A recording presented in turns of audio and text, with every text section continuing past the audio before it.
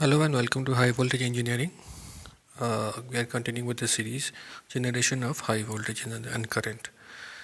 So we are on this topic of generation of direct or DC voltages. Okay, so in this class we'll be talking about the voltage regulation for this high voltages in DC. So the regulation of DC voltages. So we'll be talking about different type of regulators, both series and shunt type, shown in the diagram below. The output voltage of the DC source, whether it is a rectifier or any other machine, changes with the load current as well as with the input voltage variation. In order to maintain the constant voltage at the load terminal, it is essential to have a regulator circuit which corrects the variation of voltage. So we have seen before that there is a difference between the no load voltage and voltage at the full load. Okay, so when the load is connected to a voltage source, there is a drop in voltage. So in order to maintain a constant voltage, we need to find or design a regulator.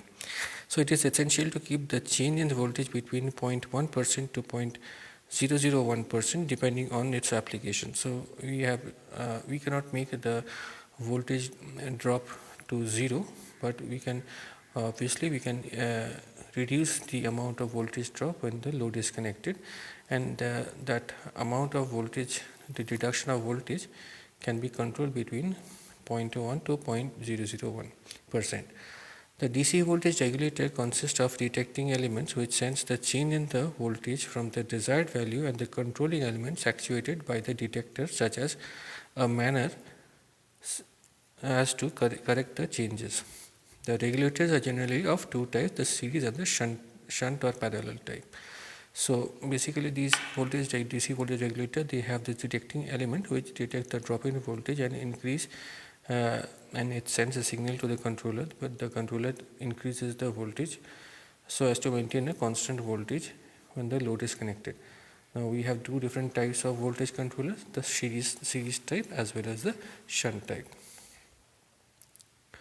Now we'll some calculations of regulation of DC voltages. If delta E0 is the change in E0 as the result of the change of delta EI in EP, then the stabilization ratio S is defined as, so what is this delta of E0 is the change of delta E0, that if you have, let's say, a voltage of E0, that is a no load voltage, okay, and if there is a change of the no load voltage as delta E0, and we have one more voltage, that is delta EI, okay, that delta EI is changed with a delta E0, then we have a stabilization ratio is called the delta EI by delta EI by EI divided by delta E0 by E0. That means what? If we have changes in two, let's say we have a full load voltage and a no load voltage. Now if we have let's say the full no load voltage is given by E0 and full load voltage is given by EI. Now if we have a variation of full load voltage and we have a variation of no load voltage, so we define a stabilization ratio as the ratio of the change of full load voltage to the full load voltage to the ratio of no load voltage to the no load voltage. Now you have a value of R0 to define completely the functional performance of a regulator. R0 is an effective internal resistance of the regulator as seen from the output terminal. This R0 is given by delta E0 by delta I0. Okay, where delta E0 is the change in the output voltage caused due to the change in the load current, delta I0, which is the input voltage remaining constant. The regulator R is defined as, the regulation R is defined as the R0 by RL, well RL is the load resistance. So the regulations R is defined by the R0, that is the ratio of the change in the voltage by the change in the current. Okay, so it is the internal resistance seen from the output and divided by the load resistance. This is called the regulation. Okay, so the load is actually it sees the resistance of the source from the output side. So what the load sees is nothing but R naught, and so the ratio of R naught by RL is nothing but the regulation R. And now we'll consider two types. One of them as series DC voltage regulator and parallel DC voltage regulator. Now we have this series DC voltage regulator. We have a schematic diagram on the right hand side. So we need to describe the series voltage regulator. So it has a gas tube V3. You locate V3 there, which provides the reference voltage which keep the potential of the cathode of the tube V2 constant.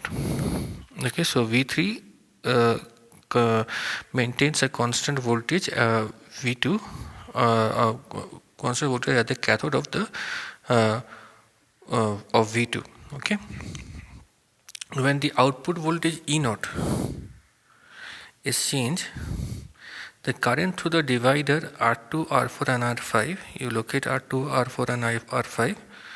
Okay, and hence the bias voltage of the tube V2 with respect to its cathode changes in the opposite manner, and which reduces the output voltage and increases reduces the output voltage and increases or vice versa. The grid potential of V1 is altered in such a manner as to oppose the variation in the output voltage E0. That is, the voltage drop across the tube V1. Look at tube V1. So the grid potential of the V1 is altered in such a manner as to oppose the variation in the output voltage E0. That is, the voltage drop across the tube V1 reduces if the output voltage decreases and vice versa. The resistance R6, as you can see, is the input resistance. So the resistance R6 together with R5 provides the voltage input to the DC amplifier, that is the detector, in proportion to the fluctuation in the input voltage in such a way that to reduce the effect of this variation in the output voltage. So you can see the basic to draw the basic diagram of the schematic diagram of the series voltage regulator, and you have to describe them as we have described. Okay. Now we'll talk about degenerative feedback system of voltage regulation. The fluctuation in the voltage output voltage are measured by a detecting device, amplified by a DC amplifier and fed back to the high voltage set as to correct for the original fluctuation. So we are talking about a feedback loop that is to be created, which is amplified and fed back in the high voltage source.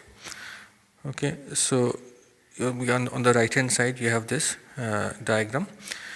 So the detecting device in the above circuit is the potential divider ratio of beta, that is given by R1 divided by R1 plus R2.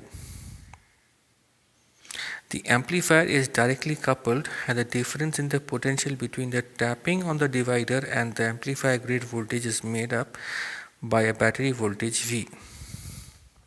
Okay, and the following are the common calculations. So we have the output voltage E0 given as E0 is equal to NE1 minus I1 R1 minus AE.